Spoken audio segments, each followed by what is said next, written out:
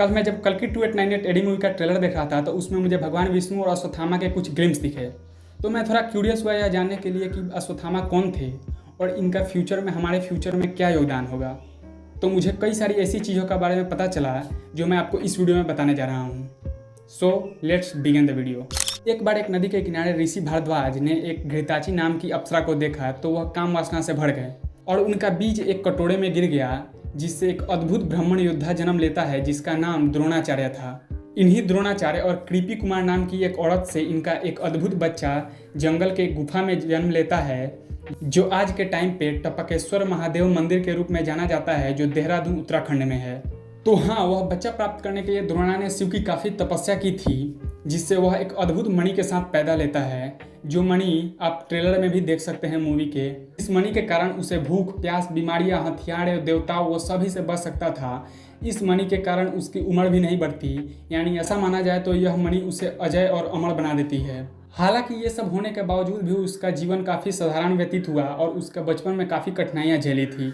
अपने परिवार को बेहतर बनाने के लिए द्रोण ने अपने मित्र द्रुपद, जो पांचाल राज्य के साउदर्न पार्ट के किंग थे, जो द्रौपदी के पिता भी, उनसे मदद मांगी। तो द्रुपद ने उनसे वादा किया जब वो राजा बन जाएंगे तो उन्हें भी अपने राज्य का आधा हिस्सा दे देंगे। हालांकि वह कटाक्ष में बोला, जिससे द्रोण की काफ़ी बेइज्जती भी हुई। अब रुको, मैं जो बोलूँगा उसे ध्यान से सुनना और वीडियो को थोड़ा भी स्किप मत करना, क्योंकि आगे वीडियो और भी कॉम्प्लिकेटेड होने वाली है। मैं जो नामों को बोलने वाला हूँ उसे ध्यान से सुनना। तो इस घटना के बाद कृपाचार्य, जो कौरव और पांडवों के गुरु थे, उन्होंने द्रोणाचार्य को हस्तिनापुर में इनवाइट किया और कौरव और पांडवों का गुरु बना दिया। यहाँ अश्वत्थामा युद्ध कला में काफ़ी बेहतरीन हो रहे थे, लेकिन उन्हें अच्छे नस्ल के घोड़े का काफ़ी लगाव था। यह बात जब दुर्योधन को पता चली तो वह अपने राज्य के सबसे अच्छे नस्ल के घोड़े को अश्वत्थामा को उपहार दिया, जिससे दुर्योधन और अश्वत्थामा में काफ़ी गहराइयाँ बढ़ी और व्यक्तिगत निष्ठा भी बढ़ी। वहाँ द्रोणाचार्य को द्रुपद के प्रति गुस्सा बिल्कुल भी कम नहीं हुआ था, इसलिए उन्होंने कौरव और पांडवों से दक्षिणा के रूप में उसे पकड़ कर लाने के लिए कहा, जिसमें कौरव तो असफल रहे, लेकिन पांडवों ने उसे पकड़कर द्रोणाचार्य को पैरों में पटक दिया, जिसके बाद द्रोणाचार्य ने पांचाल राज्य के उत्तरी भाग पे कब्जा कर लिया और अपने पुत्र अश्वत्थामा को वहाँ का राजा बना दिया।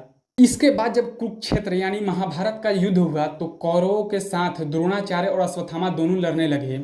मैं पूरा युद्ध तो नहीं बता सकता क्योंकि वीडियो बहुत ही लंबी हो जाएगी। जो चीज़ें अश्वत्थामा से इंटरकनेक्ट है वो मैं आपको इस वीडियो में बताऊंगा। महाभारत की लड़ाई में पांडवों ने अश्वत्थामा के पिता को छल से मार दिया, जिससे अश्वत्थामा को जब यह बात पता चली तो वह काफ़ी गुस्सा हो गए और वह नरसंहार पे उतर गए, जिससे पांडवों के सैनिकों में काफ़ी हाहाकार मचा।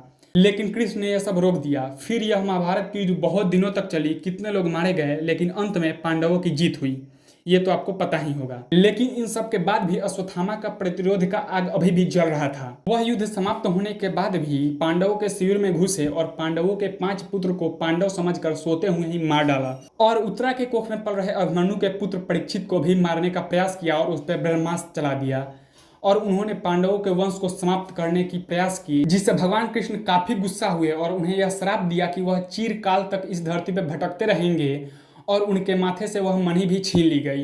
अब वहाँ से पस और मवाद बहता रहता है। आज भी यह कहा जाता है कि वह कई मंदिरों में आकर पूजा करते हैं और उस पस और मवाद को रोकने के लिए वो घी जैसी चीज़ें मांगते हैं। वो आज भी भगवान विष्णु के दशावतार कल्कि का इंतजार कर रहे हैं और इस कलयुग का अंत और एक नए युग का प्रारंभ करने के लिए वह भटक रहे हैं इस धरती पे। जब भगवान कल्कि का अवतार होगा तब अश्वत्थामा के साथ उनके 7 चिरंजीवी मिलकर कल्कि को ढूंढेंगे और इस कलयुग का अंत और एक नए युग का प्रारंभ करेंगे। ये तो रही रियल स्टोरी, लेकिन मैं यह जानने के लिए एक्साइटेड हूँ कि इसे मूवी में कैसे पोर्ट्रे किया जाएगा। मुझे नहीं पता यह वीडियो यूट्यूब कितने लोगों के पास रीच करेगा, हमारी मेहनत का फल मिलेगा कि नहीं, लेकिन हम अपनी तरफ से पूरी कोशिश कर रहे हैं। और अगर आपको यह वीडियो आपके पास पहुंचती है तो प्लीज़ थोड़ी सपोर्ट दिखाना और एक लाइक या डिसलाइक जरूर करना। ऐसी ही मजेदार टॉपिकों पर वीडियो देखने के लिए आप इस चैनल को सब्सक्राइब जरूर कर सकते हैं और मिलते हैं किसी नए वीडियो में। तब तक के लिए बाय बाय।